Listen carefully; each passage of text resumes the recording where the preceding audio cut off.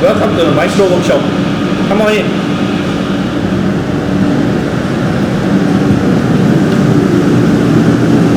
So this is the Hall of Fame, the Walkway of Fame. You can see me and some of my friends from all over the world.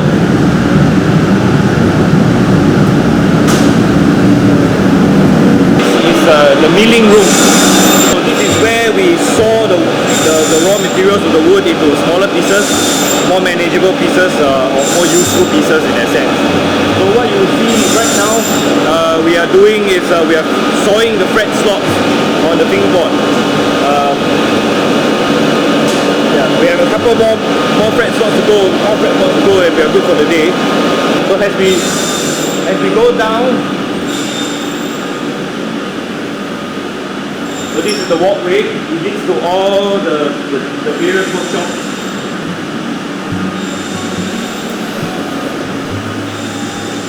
So this is where we bend the sides.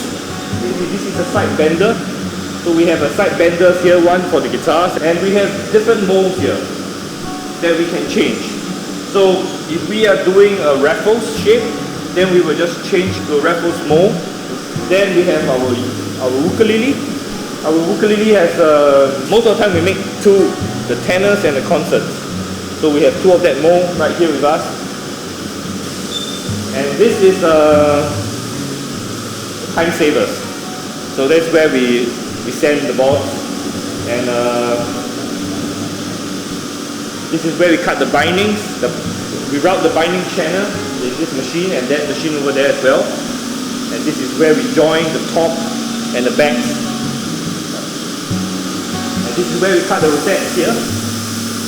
So we have two machines specially set up for cutting rosettes. And of course, before we join the top and the backs, we need to plane them. So this is what we use to plane the sides so that they match perfectly. And our small little laser machine here is where we cut small little pieces of rosettes or the bevel armrest, the veneer, so we cut them here.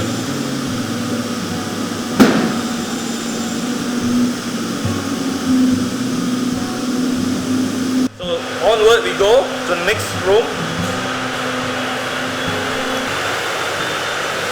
So this is the neck assembly room. This is where we join the necks to the body.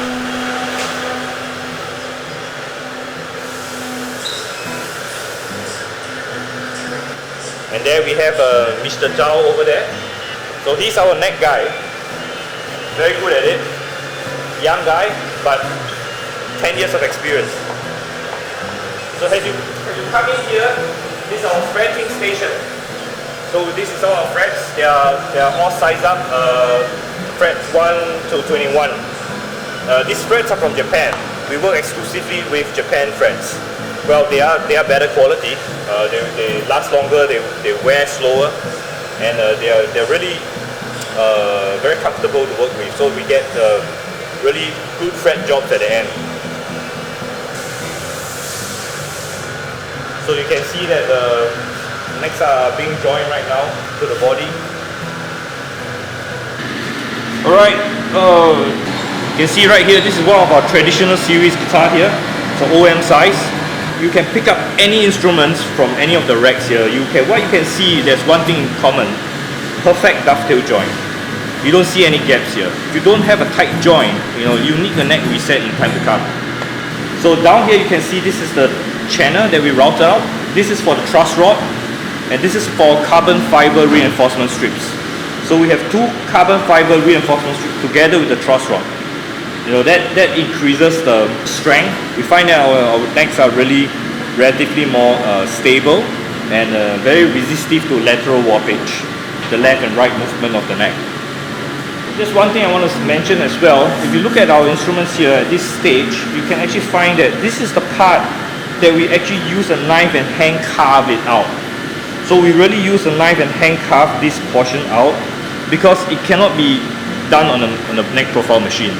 So there are a lot of things that can only be done by hand, and if doing it by hand is the best way, we still keep it that way.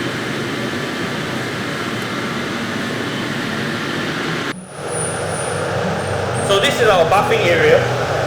This is also a little storage room for some of the completed guitars because we have air condition here running 24/7.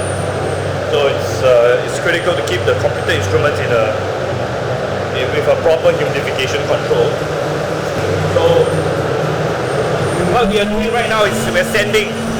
So we're sanding the bodies after they're finished. Then we are using the big machines to buff it.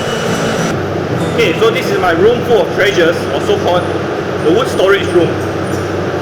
So this is where we keep our wood and season them before we actually make them into instruments.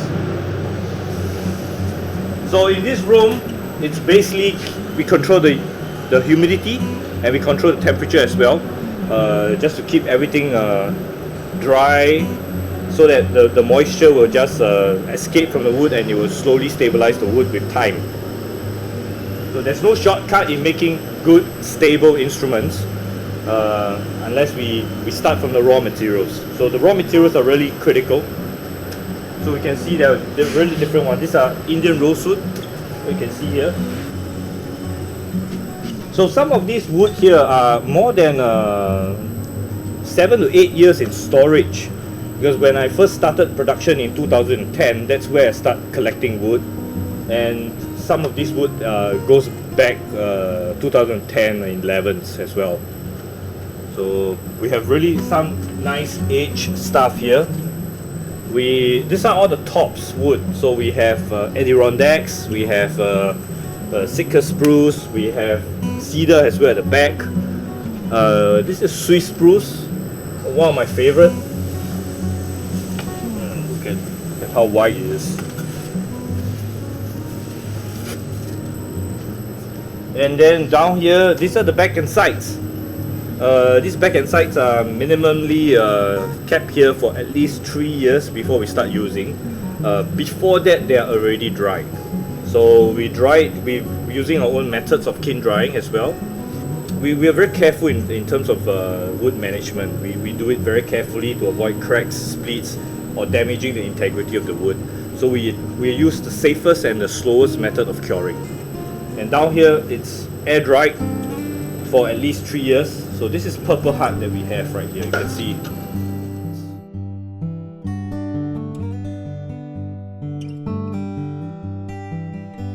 And down here we have very interesting local wood.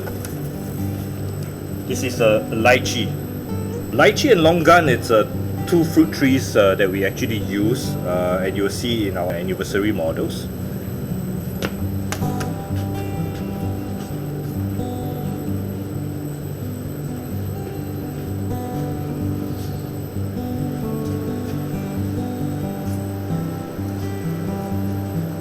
You can see that we have a big fan up there.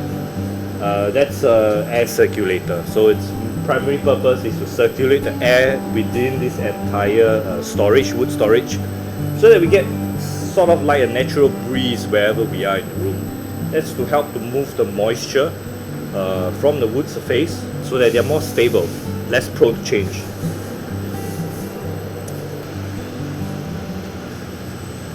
So what happens to wood that we can't use? Like this, you might think it's for bridge, but no, we're not going to use it for bridge because it's not straight grain. So what we're going to do it's for barbecue.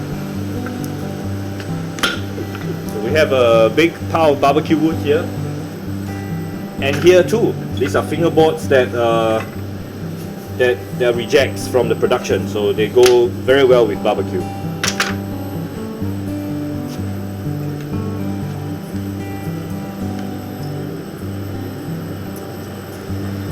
This is the biggest room in the entire workshop. It's called the body room. So come on in. So this is where all the action happens here. The main action of making the body of the instruments. So down here we have the team there doing the back bracing over there. Gluing the back bracing on, and also the center strips as well.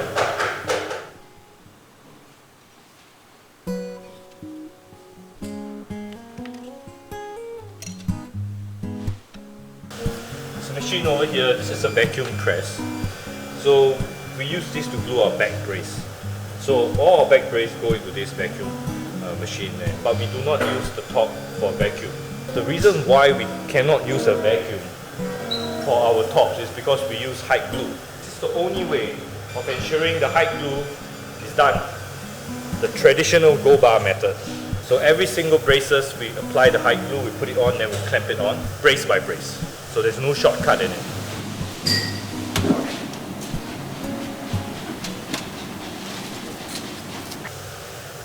Here, what you see here is the clap machine at work. This is the final stage of our production. And this is the part whereby we do quality control on all our instruments. If there's a flaw, we'll pick it up, we send it to the respective guy to get it polished up, get it fixed. You know, if there's a neck angle issue, we'll pick it up as well.